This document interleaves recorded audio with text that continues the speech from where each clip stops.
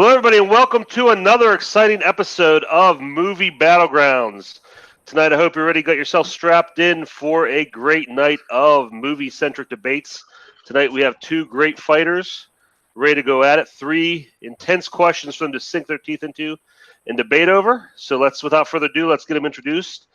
Starting, we have first, you know him, you love him. He is Jay, the Drunken Master Burnz. Jay, how you doing today?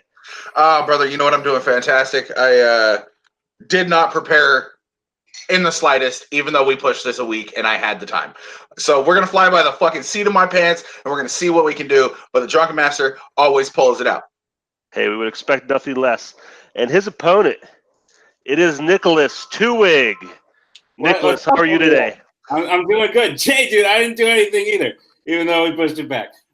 You can call me the sober average person, but I'll work my way up there. So cheers, buddy. Let's have a good match. Fuck yeah, bro. Okay, we're going to have a great match tonight, and I'm glad I don't have to call it all myself because I know it's going to be intense. I have two great judges here with me. First, let me introduce my partner. It's Doug, the Irishman Castle. Doug, how you doing? I know you got a couple matches under your belt now. How you feel come back and judge again? I like it. I like judging. I like to see the competitiveness. So and both these competitors are both unprepared, so it's going to be an amazing show. It's going to be fun to watch one way or the other, that's for sure. And we also have coming in, joining us last minute substitute, saving us, making sure the show goes on. It's Mr. Carefree, Richard Schwartz. Richard, how you doing today? I'm doing good. I am interested in seeing these two compete. I have no idea what the questions are, so I got to listen very closely and I'm going to judge to the best of my ability and let the best man win out of these two. Fantastic. All right. My name is Kirk, the consigliere Kolkowski. I'll be your third judge for the night. And without further ado, let's dive into question number one. This special question, we're going to have the guys in the booth, I think, put a picture up for the audience to see. Once we get that up there, gentlemen, your task, you've seen the picture. You've been asked, pitch a horror movie based solely on this image. And Jay, I know you put a ton of thought into this, so we'll start with you. Okay. You have 1 minute to open. I call it The Scale. It's going to be directed by Jordan Peele. It is a horror movie, after all. We know what he can do with psychological thrillers. This is going to be the moment that your life ends, you walk through that white light, this is where you end up. And you literally have to have a gladiatorial fight with every single demon that you've ever come across in your life, whether it's lust, gluttony, greed, hate, any of them. That's my idea behind it, but there's not even necessarily a bright light, and there's not even necessarily a heaven or a hell. This is just to determine whether or not you're virtuous enough to pass on and be reborn. But every single one of the demons that you have to fight from your past brings something out in you, and it could bring out something for the better. It could bring out something for the worse. And if you go too far one way, you're tipping the scales. That's why I call it The Scale. Oh, I'm done. All right. And before we go on, I forgot to explain the rules. For each match, you will have, or for each question, you'll have one 90-second opening. You will have 5 minutes to have your general fight, and you'll have a 1 minute closing. And at any time, before we start the 5 minute fight, you can both choose at one point to add 1 minute, make it 6 minutes. So, that being said, Nicholas, you go ahead and start with your pitch whenever you're ready. All right. First of all, what a terrible idea from Jay Burnz. All right. Mine is called Turn Yourself In. Now, we're going for more of a realistic, sort of claustrophobic horror type movie starring Dev Patel. I think Dev Patel should get a lot more roles. So starring Dev Patel, directed by the master David Fincher. All right. So here's the basic premise. Dev Patel, bit of a dirty cop at the beginning of the film. He puts away someone who shouldn't be put away, sort of pins the crime on them so that he won't get in trouble with the district and puts that person away for life. This is all sort of it's when the film starts, but it's all sort of a prologue. The main portion of the film is Dev Patel trapped in that room we see in the picture, trapped in the chair. He wakes up. He doesn't know how he got there.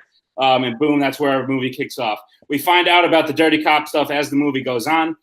The basic premise of this movie is think of the movie Buried with Ryan Reynolds in the sense that it's a claustrophobic space. Dev Patel is looking for ways to get out of there. There's more halls, there's doors in that picture that he goes into to sort of find stuff. He finds other people trapped down there and he doesn't know why.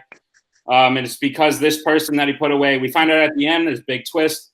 This person that he put away just has a terrible, he's a terrible person, but finds out, he's got, he does some bad things, put some people down there, Dev Patel gets scared, everyone's going to get scared. It's going to be great. And time. All right, gentlemen, 2 solid premises. I'm intrigued. You have 5 minutes. Go ahead whenever you guys are ready. Battle it out. Bro, what the hell is wrong with you? Your entire idea is based on it being claustrophobic. That picture is of a wide open space. It might be an enclosed space, but it's wide the fuck open. All right. I don't sound scary at all. You just told me everything I'm going to find out. What, we fight this person, we go into the room? Of course, I have to pitch the movie. You have to know what's going to happen in the movie. What you've pitched isn't even a fucking horror film. What you've pitched is a shitty cop thriller. That's not a horror movie. That's not a horror movie. This is pitch a horror movie. No. What you've done is you've chosen an entire fucking genre, and it's all thriller. Oh, there are so many different hallways he can go down. What is intrinsic about horror films? You have to fight demons, whether they're demons within yourself or whether they're demons in real life, like Pazuzu from The Exorcist. But what? Go. Okay, I just gave you a character that has nothing but demons. He did a bad thing at the beginning of the film, and it's all coming back to bite him. And he finds and he meets other characters who've also done bad things. This person who is a bad person, but they were bad to him for the wrong reason. So it's a reverse Saw. Battling demons. It's a reverse Saw. Yeah, only like not as stupid. Except for like the first 2 Saw movies. Except for like the first 2 Saw movies were really good. So my entire thing about it is horror movies have demons. What's worse than having to fight with yourself? To lose yourself to the evil within or try to rise above that. And you can do that, especially with things like wrath, with gluttony, with greed, with lust. You can turn those into very horrific things because greed is the root of all evil. You got a lot of evil in horror movies. What I get with your movie is some rundown cop who kind of does something and it might be scary because some guy just happens to be a dick at the end of the day. That's bullshit. That's not even a good concept. They would laugh you. They would laugh you out of the room. Scary part. Writer's gonna take care. You didn't even use the chair. There's a chair in that pitch. I didn't hear anything about the chair in your pitch. That's all I'm saying. You didn't say a fucking thing about the chair either. Wake up in the chair. Listen, man. It sounds like an awesome movie. I'm not gonna lie. Like I was here listening to your pitch. I was like, this sounds like a good movie. There's nothing surprising about what's gonna happen. You pitch everying that's gonna happen. Horror movies don't have to be surprising. Fight a monster seven different times. By the 4th time, no. You're like, what the hell's going on? I'm giving that as an example. That's not necessarily what's going to happen. But what I'm saying is, at least mine's intriguing. You've said it yourself. Mine sounds like a good movie. Yours doesn't. Mine sounds like a very mediocre horror movie. Yours sounds like a Yours good doesn't even sound like a horror movie. Your movie it's not even a horror movie. Ready? Jump scare. He's walking by that room. Hand reaches out. 2 minutes, gentlemen. Boom, jump scare. You said 2? Okay. 2. No, seriously. Don't give me that bullshit. Quit with the jump scares because that's all fucking horror movies are nowadays. I want something that is a little bit more psychological, that is closer to a thriller, but isn't just a thriller like you're pitching, because that's all you're pitching. You're pitching a thriller movie with a little bit of a scary element. I'm pitching several different things, but it's all based around horror. We're talking like 7 levels of hell. We're not even talking the 7 deadly sins, but we could be talking to different levels of fucking hell here that you have to go through, that you have to fight through, like it's Dante's Divine Comedy, to become a better person at the end of it without having a Virgil by your side to guide you to it. What we have with your movie is nothing. We have Dev Patel. We have Dev Patel, who's a shitty person who realizes. Whoa, Dev Patel is great. Don't say anything bad about Dev Patel. No, I like Dev Patel. All right, that's about the only thing I like about your movie. I don't think David Fincher. I don't think Fincher would do your movie. That's just it. I don't think Fincher would do your movie, bro. I mean, I haven't asked him recently, but I'm sure he'd be open to it. Listen, it's a slow burn. I'm not gonna lie. It's a hard. What I'm thinking of is a hard concept to pitch, but it's small. It's claustrophobic. It's a hard concept to understand. It's a guy meeting other people along the way in a small closed-in space. They need to figure out how to get out. No, it's not a small closed-in space. But you're right. It is about battling demons. It's about battling your own demons, and he doesn't know which of the people along the way he can trust. He's a killer. Cops don't trust people. Horror. That's not scary. Seconds. That's a thriller. 10 seconds. I'm saying you didn't give me an actor. You didn't give me a director. You gave me exactly what the movie's going to be. No surprises. That's not what horror is about. You literally did the same thing. Time. All right, guys. Great opening match.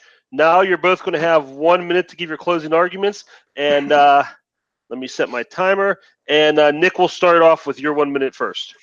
All right, here's my 1 minute. If I was to pitch you the entire plot of The Sixth Sense, it would sound really boring. But it's not boring because of the way it's filmed. This movie is not going to be told linearly. You're going to find out why he's there, how he got there as we go along. It's going to be scary. There's going to be jump scares done well. He's going to meet scary figures who have also done bad things with one person. Your movie, I don't get it. I get it. I get the premise, but I can't picture what it looks like, and I can't picture it being scary if all it is a person overcoming what they've done in the past and fighting these demons. I can't picture what they look like. You haven't described that. You have another minute. I hope you don't do that. But and time. All right. Jay, we'll close it out with your closing arguments. Whenever you start talking, you got 1 minute. First and foremost, I picked a director that I know can deal with psychological shit very well. I don't believe my opponent has picked a decent director because he hasn't made a good horror movie in a very long time. He's a good director, but what's he made lately? Exactly. So I don't need to describe to you the demons. You will see it in the movie. That's for props, production, all of that to figure out. What I have to do is pitch a horror movie, and what I've done is pitched a horror movie. You've pitched a thriller with horror elements. That's not the same thing at all. No, and not even none of that shit. None of that shit. I don't know how much time I have left, so I got some time left. I got some time left. Fuck it. Jordan Peele is a better director than David Fincher. No, I'm kidding. Cheers. And we'll stop it there. Okay. 2 ideas. Definitely 2 movie pitches here, but only one can be go picture. Doug, we're going to start out with you. Which of these movies would you rather see? Who are you going to give the point to? All right. So for me, yeah.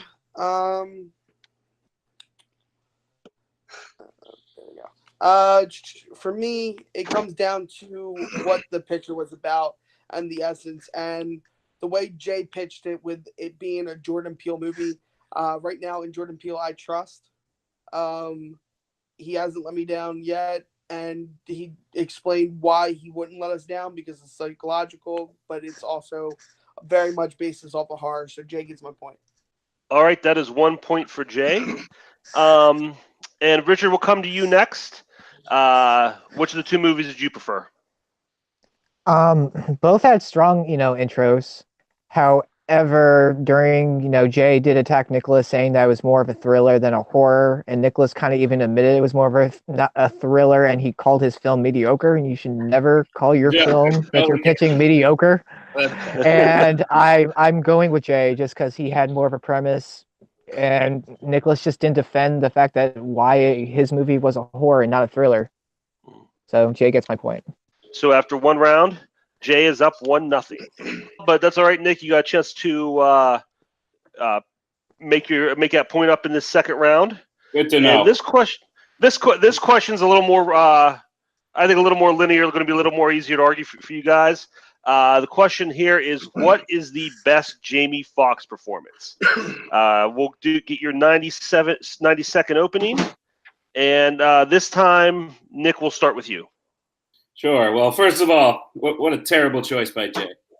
The film I'm around with, I actually feel pretty strongly about this. I think his best performance is in the film Baby Driver, at least of the films I've seen. And basically, I just have to argue that it's better than the one Jay picked. So of these two films, I think Baby Driver has the better Jamie Foxx performance. The reason I say this is because he plays a character who is inherently the bad guy, and he's cartoony in a way, but it fits the tone of the movie. He's a cartoonish enough figure in a cartoonish enough movie, but it does so in a way that he can still be taken seriously. I'll attack Jay's once he says it, but that's all I got for now. All right. Jay, you will have 90 seconds to give your opening arguments on the best Jamie Foxx performance. Well, he always looks out the window.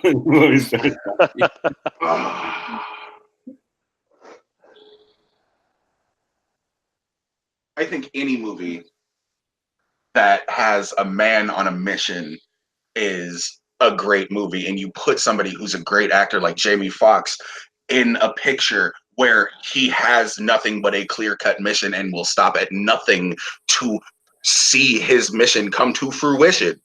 I'm talking about Django Unchained. Django Unchained is by far Jamie Foxx's best movie. Let's not beat around the bush. He's not a cartoonish character. He isn't a cartoonish, outlandishly violent movie, but he has a clear-cut path that he will follow to the very bloody end to make sure he gets reunited with his wife, who is in the hands of one of the most sadistic and vile individuals on the face of the planet. And he has to take his time. He can't just go in shooting to try to get her out.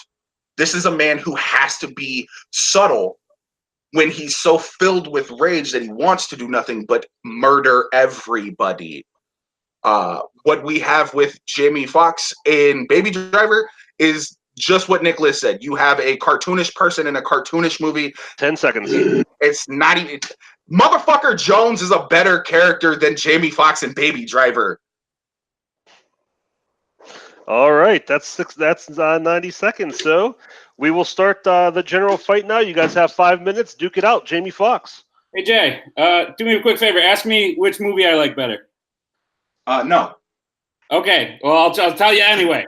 I love Django Unchained. I think it's by far the better movie. But the question, my friend, is what is the best Jamie Foxx performance? Not the best Jamie Foxx movie. Of course, Django Unchained is his best movie. It's got Leo DiCaprio. It's got Christoph Waltz, who, by the way, overshadow Jamie Foxx in that entire movie. Listen, I love Jamie Foxx and I love Baby Driver, but I'd actually say these movies, I wouldn't even call it a critique, but I would say these movies have the same syndrome in that the lead character isn't given a whole lot to do and stuff. The people around him are given more to do as characters.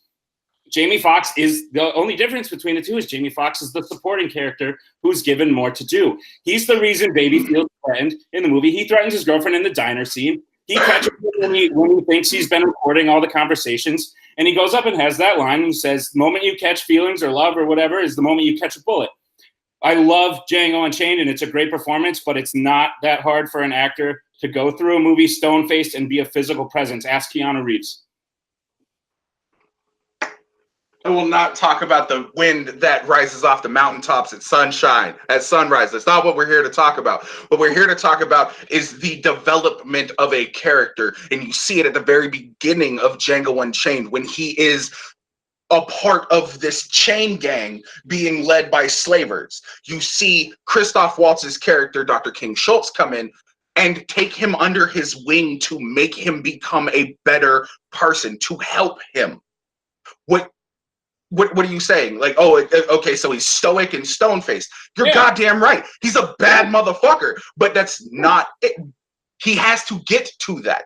He's untrained. He has to learn everything throughout that movie, and you see the progression throughout the movie. He becomes a better shooter. He becomes a better writer. He becomes a better person.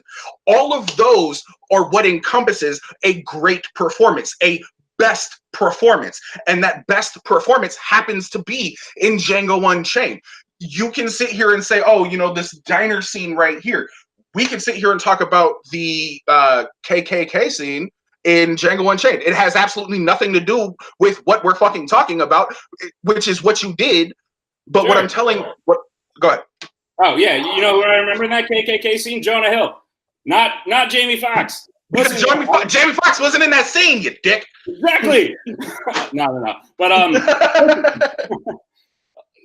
not going to deny that it's a good character. I'm not going to deny that it's a great movie. I'm going to tell you that the performance didn't call for much. It called for him to be a physical presence. All that development you're talking about, where he becomes a better shooter, happens in about 5 minutes in the first quarter of the movie.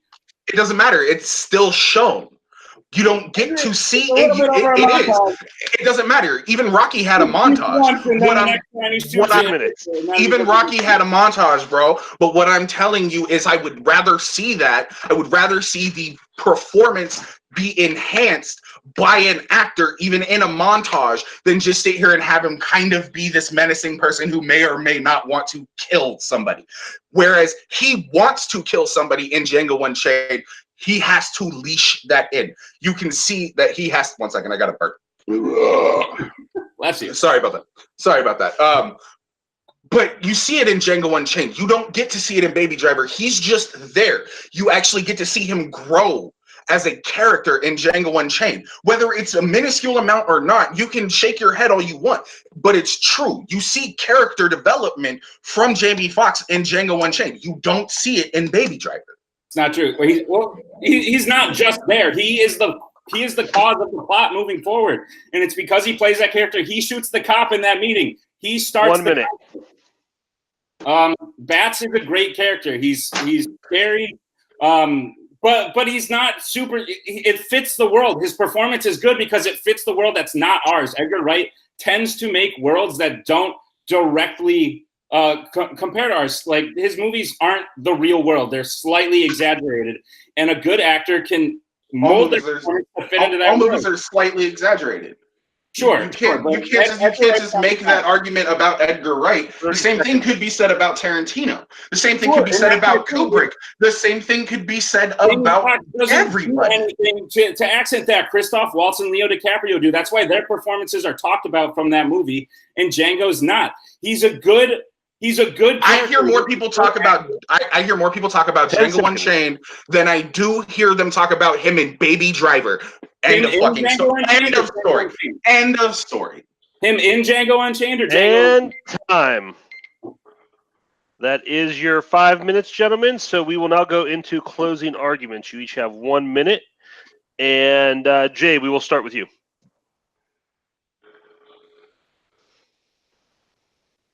Django Unchained shows character development and growth. He's not outshadowed. He might be at the very beginning of the movie when he is being taken under the wing, but that is him as an acolyte. When we get to the crux of the movie, when we get to the final act of the movie, he has become his own person. He's chosen to be his own man. He has gone from this subjugated individual to this free man, and you get to see that entire breadth of action, that entire breadth of growth from him. What you don't get to see is any of that from my opponent's movie. He might move the plot forward, but he's there. You could take Jamie Foxx out of that, put anybody else there, and it would still be the same fucking thing. I don't think it's possible for you to do that with Django Unchained. He loved that fucking movie, and he did an amazing job. Django Unchained is his greatest acting performance. Motherfucker Jones is better than what's his fuck from Baby Driver.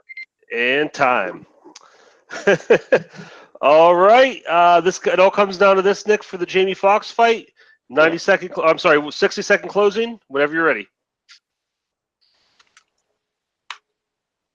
All right, this development you're talking about it doesn't happen over the movie. He's under his wing for more than 3/4 of the movie until, spoiler, Christoph Waltz dies, and he's overshadowed the entire time. He's a menacing presence from the beginning. From that chain gang scene, he's a menacing presence. And he doesn't become anything besides that. Yes, he's always loved his wife. He's always hated slavery. He's always hated slavers. He's always wanted to do this. There's no growth. He just gets to realize what he's always wanted to do. Now, Bats is a character that is unhinged enough to drive the plot to make Baby he's literally Christoph Waltz in Baby Driver, because he makes the main character do stuff while the main character is just a stoic performance. It doesn't require much.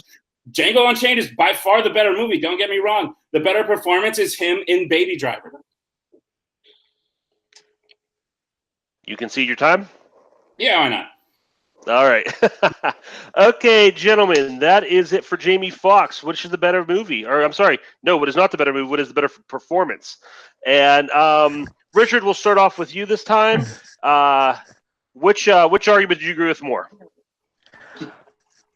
This one is really, really tough.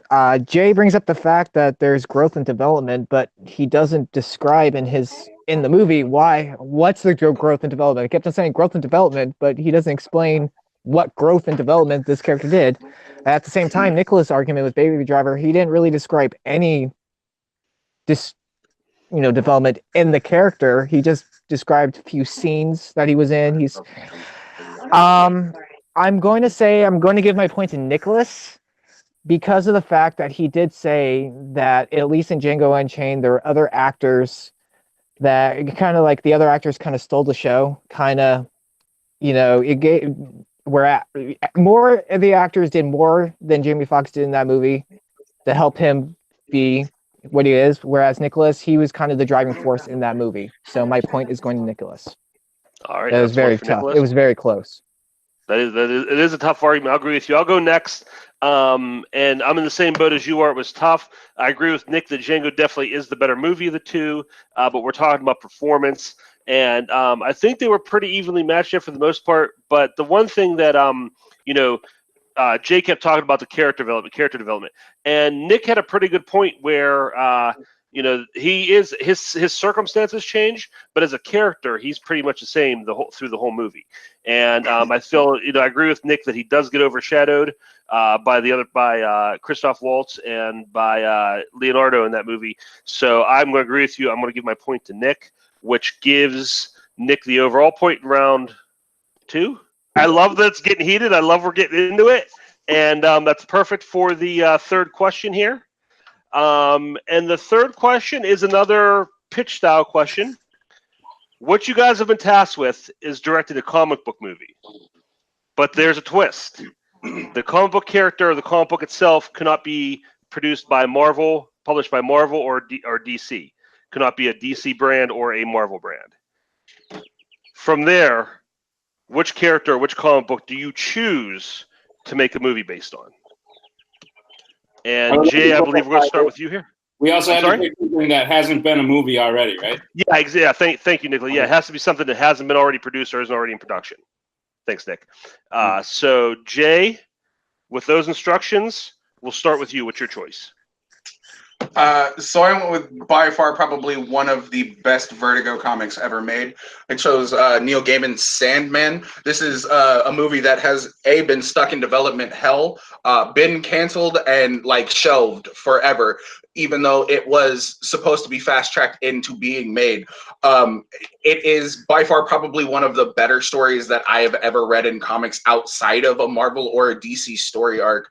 I'll get into that a little bit later, but we're looking for something fantastical here.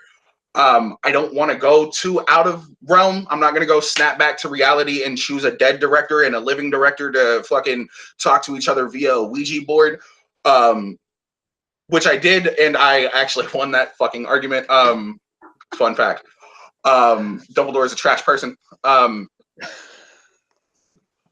But I'm looking for. I told you I did absolutely no studying for this. I've been busy. So we're gonna throw Ewan McGregor in as Morpheus, and I'm going to put.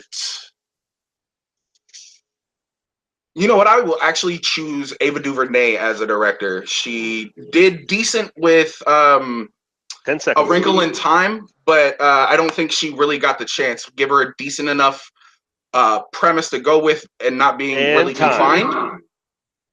All right, you can pick up there after Nick's opening argument, which we will start as soon as Nick starts talking.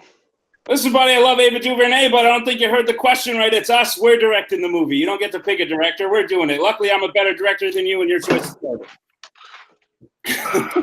I picked the ever-popular character who I've been reading all my life. Maybe. X from Dark Horse Comics. X from the Dark Horse Comics. If you haven't heard of him, here's a quick rundown, then I'll get more into it in the 5 minutes. But X is a character. He's an assassin. No one knows his face. He's got a big X on his mask. And here's the skinny. He lives in Arcadia. And his big thing is he gives people a second chance. He's very violent, but he gives all criminals a second chance. What he does, if they break the law one time, he gives them a slash. If they break it another time, he gives them a second slash. And that second slash means death. So if you find 2 slashes, that's not good. He lives in Arcadia. He's got friends in the media. He fights corrupt politics. Man, Jay's choice is terrible. All right. Okay, that's open arguments. So we are fighting the Sandman movie versus the X movie. As soon as I get my 5 minutes set here. All right, gentlemen, whenever you're ready, duke it out. So are we all on the same page that X is just Zorro with a different letter? Like, can we just like point that out and get that right out of the way, out of the gate? Nobody cares. Sandman is okay. You like it. You're one of the only people. Sandman is beloved by millions of people around the globe. It's one of the reasons why it's one of the highest selling solo comics outside of DC and MC and Marvel of all time. It's I need you to explain to me, because I'm not as familiar. I need you to explain to me like what he's all about. He's basically Old Boy. He gets captured by a cult. No, he gets captured by a cult. And hey, at least I called my own one out. 1 second. Yeah, of course. Yeah, no, you're good. Sorry. Look, she got purple hair. Hi, I got purple hair. She got purple hair. I really like her. Sorry, I know I interrupted. So no, he's basically Old Boy. He gets trapped by this cult for like 70 years, and he finally gets free, and he goes on a fucking revenge murder spree. What do we have with your character? We ain't got shit with your character. We got a shitty fucking, I can't even remember his name from Zorro because Zorro sucked so bad. His name's Zorro? He has a real name, sir. Zorro is his fucking That's the best part about X. X doesn't have a real name. He's not Zorro. No one knows who X is. It doesn't matter who we cast in the lead role. So he makes his mark? That's it? No. Here's the best part. He fights corrupt politics, but he's basically the Punisher and Batman combined and Zorro, if you want to throw a little Zorro in there. What it gives us is a really interesting look at characters who've done something wrong but are trying to redeem themselves. So there's a character by killing people. No. In and of itself, something wrong. It's going to be in the movie, but we're going to follow other characters. For example, like there's a mob boss named Carmen Tango. No, I don't have Wikipedia up in front of me. What are you talking about? And he has this reporter friend whose name I can't remember. But basically, what's going to happen is the reporter friend is going to be she's going to know people with the 1 slash who've done bad in their life, and because of X, they've turned their life around. So he's actually made a difference. Whereas you have the Punisher who just goes and kills people, doesn't give them a second chance. That's the key difference in this movie, is that X gives them a second chance. It's more interesting because we get to see other characters develop and change and realize from their mistakes, while others don't, and they get the second slash and X kills them violently in a glorious I would rather see a movie about a Dring being going on a rampage than somebody who is conflicted, like he's got multiple personalities, like he's fucking Moon Knight or some shit. Oh no, I really want to be a good guy. I don't want to kill anybody, so I'm gonna give you a second chance. But the other part of me doesn't want to give you a second chance. So once you fuck up that second chance, which is really kind of your third chance, I'm just gonna flat out kill you. Okay, so I definitely disagree with that. That's literally what you said.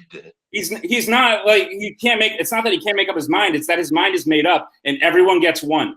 Everyone gets 1 chance. That's not true. Done. That's not true. If that was true, he wouldn't get a second slash. He would just be dead because he got 1 chance and he fucked it up. It's more for show because his name's X, so you see he's got then your entire concept is negative. It's null. He doesn't get because he doesn't get a second. You don't get just one chance with them. You don't get just one chance with him. He screws up the first time, and he gets the first slash. That was his one chance. Now, if he screws up again, he's done. 1 second. Yeah.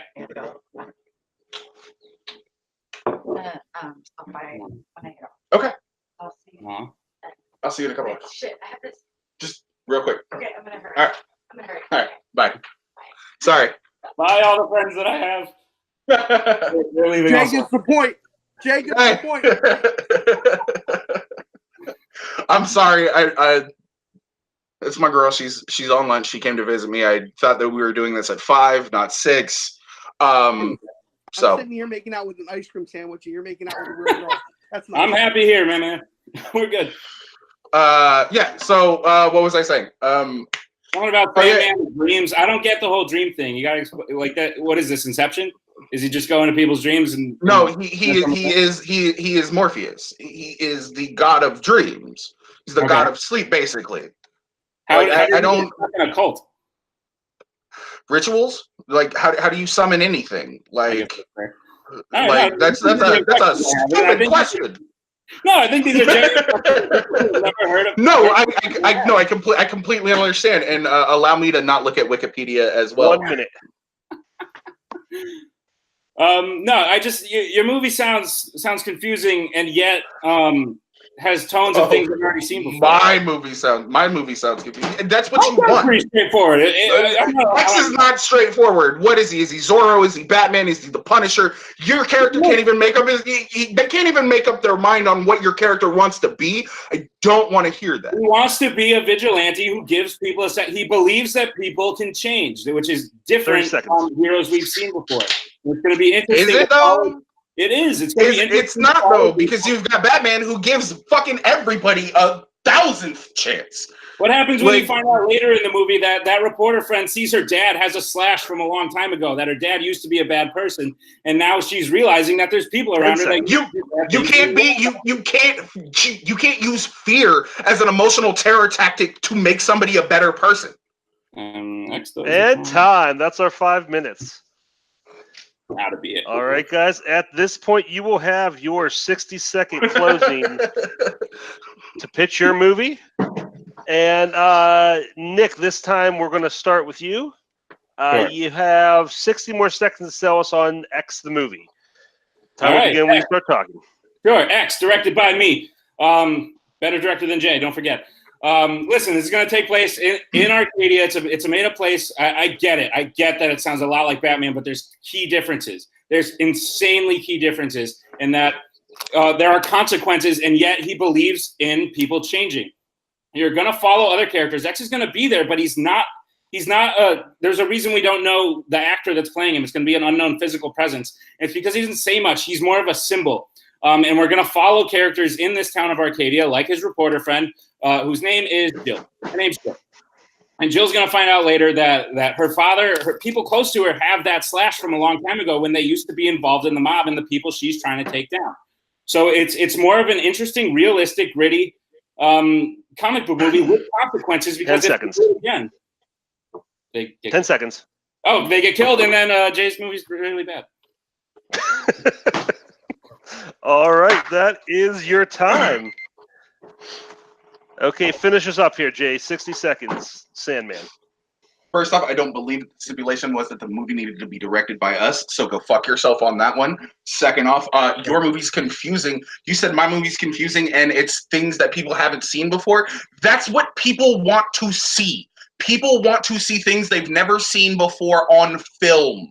They don't want to see 3 characters jumbled together and they can't make up their fucking mind like they're a schizophrenic with 19 different fucking voices in their head and they can't choose what they want to eat for fucking dinner.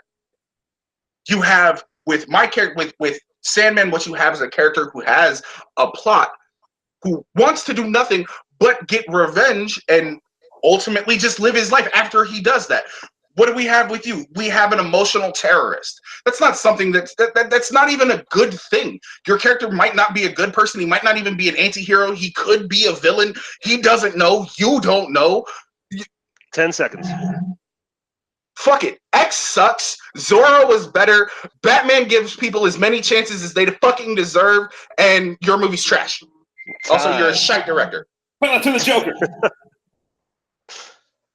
Okay, so another great heated argument here. Another solid pitch from both you guys.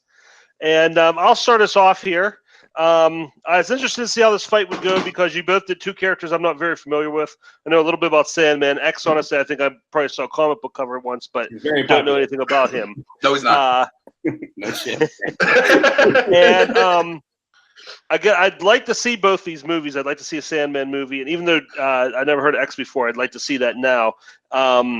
Jay, you gave me a lot about the revenge, about the dreams, and made Sandman sound like a very intriguing character. And Nick did a good job of selling the idea of his character not necessarily being, at least the way I interpret, not being the main character, and following the people that he's dealing with and how they react to their interaction with the superhero. And ultimately, that's what sold me. I like the idea of your character being almost in the background and the story being about the people he interacts with. So I'm giving the point to Nick, and Doug will go to you next. So this question was good. This was an argument. Yeah. This whole argument was delicious to ingest like I was eating an ice cream sandwich mid. I'm sorry, my girl came through. I had to smooch her up right quick. I really don't care. Not gonna lie, it threw me way off, man. It was good tactic. So for me, a lot came down to the arguments of what would the masses want to see, and what you got to kind of put yourself in, like, I guess, like a producer or studio head's position. And I think Jay fought for it a little bit more. He gave us references to what the movie was like for Nick that may be why people might not want to see it. So Jay got my point for this one. We have one vote for each argument. Richard, it's all going to come down to you. Sandman or X, which way are you leaning? Remember, this choice could help save a giraffe, or it could kick you out of the. No, I'm kidding. I wouldn't do that to you. I know you're fair and balanced, TM. Yes. Look, here's the thing that kind of like, I mean, they both described the movie well. However, neither of them like really. Well enough, but I'm saying the thing I was missing is no one out of these two people said why their movie would be better than the other.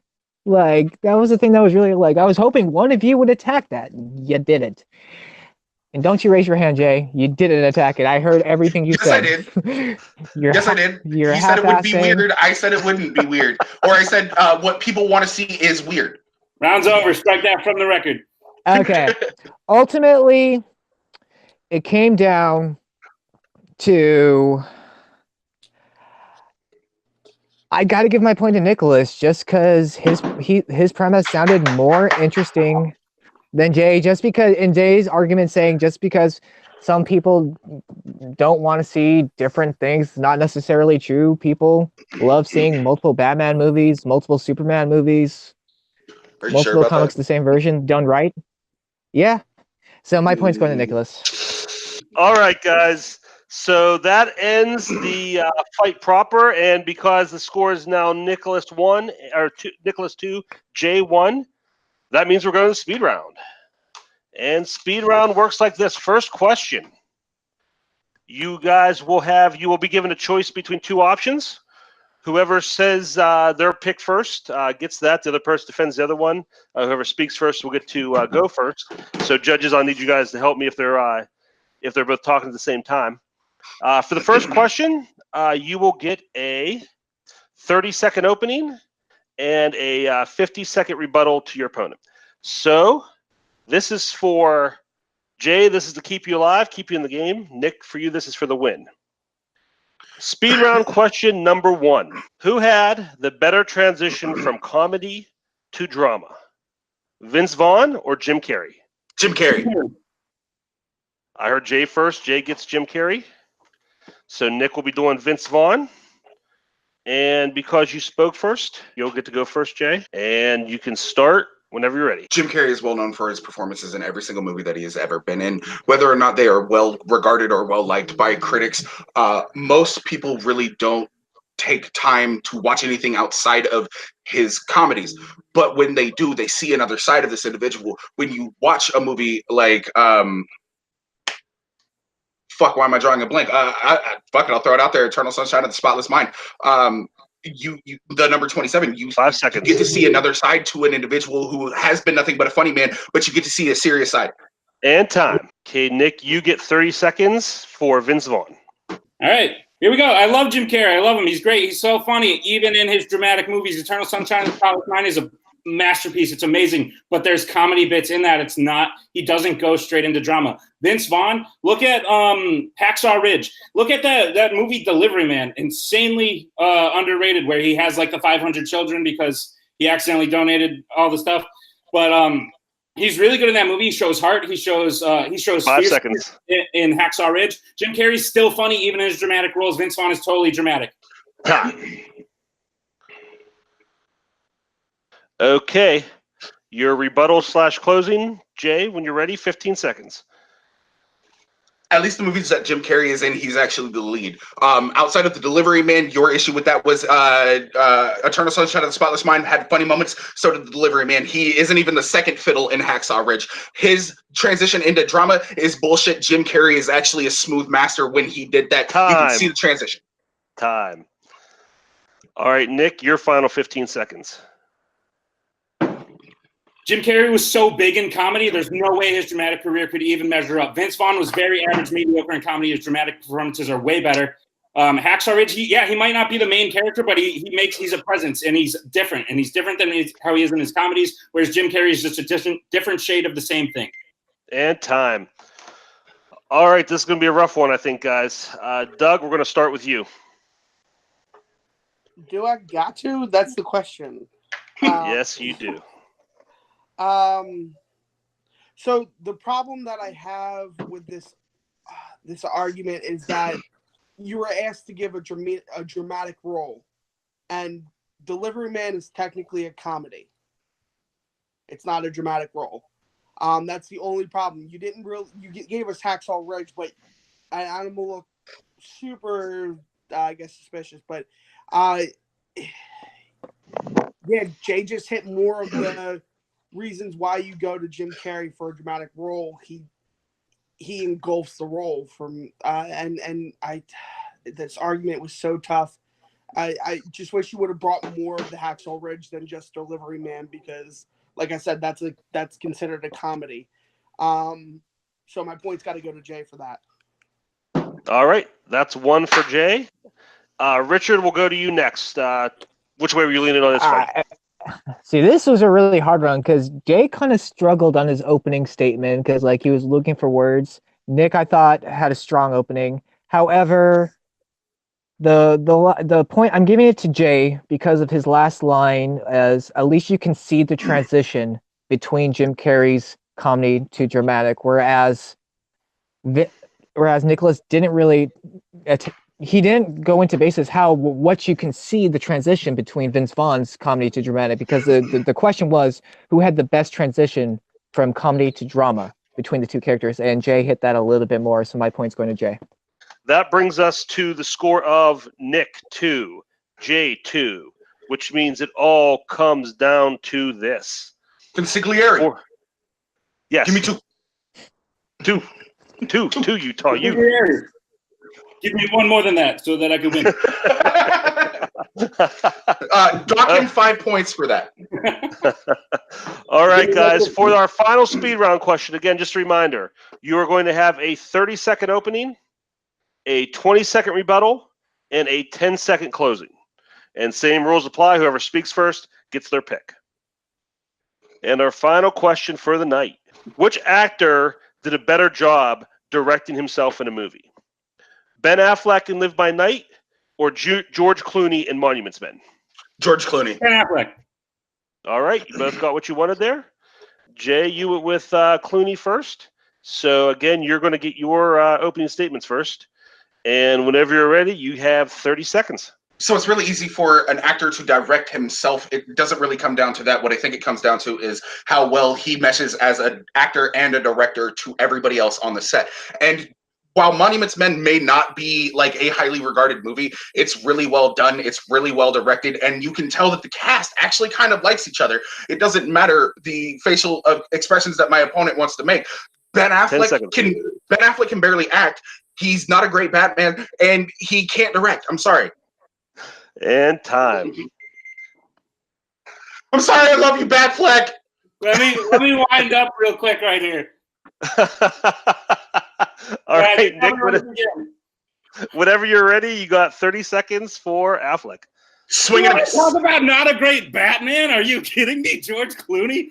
All right, I've seen Monuments Men. It's terrible. Maybe the cast likes each other offset, but you have Bill Murray, you have Matt Damon. How is that movie still that boring? George Clooney walks in, he gives himself no direction. At least in Live by Night, Ben Affleck challenges himself to be a different kind of character. Sure, it's not a great movie. Neither of these movies are great, but at least he tries to do something different. He actually directs a little bit, whereas George Clooney tells George Clooney to go on and just walk and be George Clooney. Nothing happens in that movie. It's so boring. You have great supporting cast who do nothing for the film, whereas Live by Night time. Time. Okay, Jay, your 20-second rebuttal when you're ready.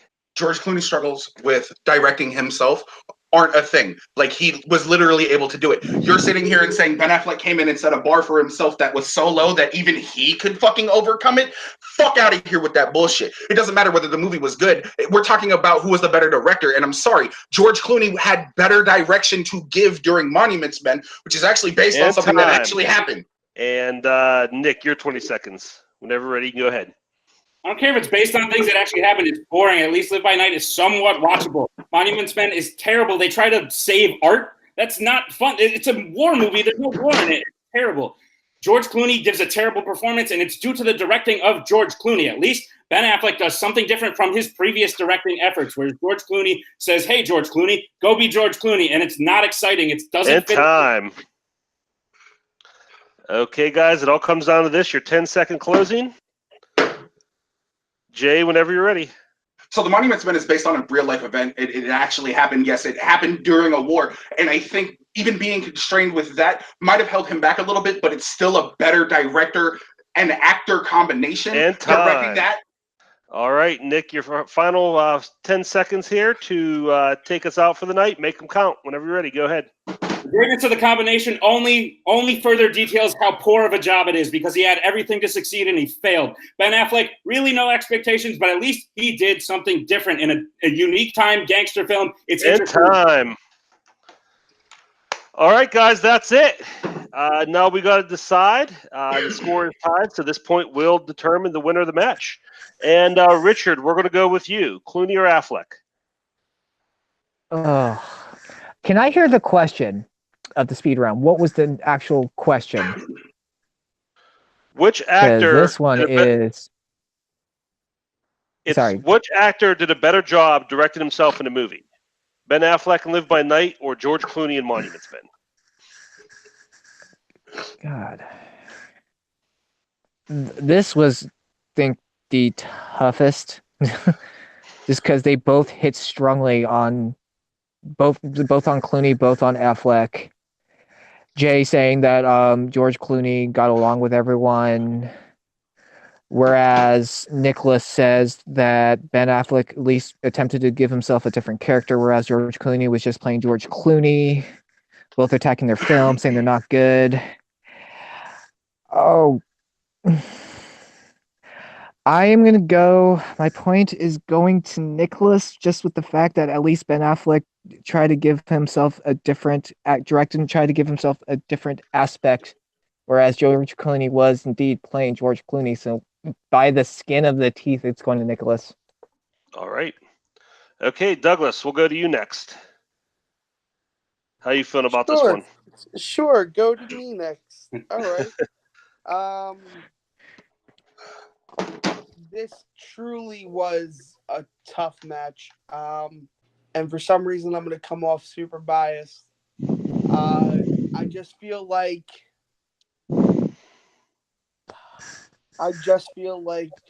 Jay had this in this round just because of how much they attacked each other, and then kind of I felt like I heard more from Jay when it came to arguing why he was better at directing himself. All right, so that's one for Jay. And now it comes down to me, which I was trying to avoid. So again, I think you both started out strong. Jay, you really mentioned the cast and how the cast got along and how they worked on screen. That was a good point for Monuments Men, and you talked about Nick about how Affleck did a better job of actually giving himself direction. What this comes down to is I think one of you attacked the other better, and I think one of you got off focus a little bit better. And honestly, I think that Jay, you got a little off topic with it being based on a real movie and talking about who's the better Batman. And I think Nick just came at the movie at Monuments Men a little bit harder. So it was a close one, but I'm giving this one to Nick. That brings us to our final with a score of 3-2. Your winner tonight is Nicholas Twohig. Oh, wow. Congratulations, Nick. Thank you very much. And we'll just go to you right off the bat. Sure. How'd you feel about this match, and how you feel about your win? Dude, this was fun as hell. I love Jay. Dude, you're awesome, man. I freaking love you. Cheers, brother. That was so much fun. Half the time I wasn't serious. I guess you shouldn't be sarcastic about your movie being mediocre because but no, I had a blast. I'm shocked to have come away with the win. But Jay, if I ever meet you in real life, I hope to give you a big hug and a handshake, my friend. Cheers, bro. I'll drink to that. Absolutely. All right, and we will go to our second place finisher tonight. Jay, I'm sure you got a lot on your mind. How you feel about this match? Well, I feel better about this match than I do my last one because I got dicked over me saying that Heath Ledger didn't deserve an Oscar, but somehow I didn't mention it, and my opponent mentioned the Oscar, and he won. At least this came down. It was fair. It was balanced. It was as unbiased as humanly possible. Seeing as my own teammate, my brother in arms, voted against me more times than not. No, I'm kidding. I had I had a blast. I literally hadn't prepared anything. My girl broke in during the middle of a match. It kind of threw all of us off. I'm not gonna lie. And I knew she was coming by. So like I still wasn't prepared for all that. No, Nicholas, man, I had a blast, bro. This was fucking amazing, dude. I haven't had this much fun yelling at somebody and not actually being mad in so long. It sucks, you know. Obviously, it sucks that I lost, but like, I had a good time. So what the fuck can I say? Other than the 3 judges are now dead to me. I will be blocking and deleting you from all of my social media outlets. No, I'm kidding. No, that means you have 0 friends now. Yeah, that's okay, because it's not like anybody likes or retweets my shit anyway. No, like I said, no, I had a blast. This was a lot of fun. I think I could have come a little bit better prepared. I think my opponent could have come a little bit better prepared. But these off the cuff type battles, I actually thoroughly enjoy because it's like, okay, cool. We have the question. Now, how are we going to form an argument around that? And yeah, it just didn't work out in my favor. Other than that, thank you to the judges, man. Y'all, this was fucking amazing. I had a blast. I echo that. Thank you, guys. Yeah. Thank you, guys. I think it was a great match. I had a good time listening to both of you argue and work your way around it. Let me go to my judges real quick. Douglas, your final thoughts on the match? Jesus, guys, could you make it any harder on a person? I'm just saying, this was not an easy match. I'm going to reiterate what Jay said. I love matches that are completely off the cuff. My very first Battleground match was completely off the cuff. I had 24 hours notice and still battled my ass off. So I love these types of matches. And you guys literally fought neck and neck. And the surprise guest was awesome. It was just amazing just to see just the complete throw off of everybody's game. Yeah, this movie nerd's got a girl, and she hot and got purple hair. What, guys? What? Jay, what's the score, man? You won. I'm gonna continue to just go. I mean, I win in life. I lost here, but I'm gonna just go continue to make out with ice cream sandwiches and be a fat sad guy. No, but I had a lot of fun. It was great judging with you guys. I really did have a lot of fun. So thank you for having me. also we got to get the fuck out of here, Doug and Richard. Yeah, we do. Yeah. All right. So I'm not trying to cut y'all short, but we got to go talk Thrones. Okay, real quick, let me get Richard. You got any final thoughts? Yeah, I mean, it was a great match. Like, it was super effing hard. I'm always impartial when it comes to, even though Jay is my partner. He really is. I go by facts, and it was extremely effing hard this time around. I mean, both probably could have prepared a little bit more. Jay says countless times he didn't prepare for this match, multiple times. So, at least he's honest about it. It was entertaining. It was fun. And Ben Affleck is a good Batman. He was the best part about Batman v Superman. He was the best part about Batman v Superman. All right, I'm going to cut you guys off before that starts a whole nother battle. Thanks for watching, everybody. Had a great time. Thanks for the opportunity to let us sit here and talk about movies. Have a good night. Take care.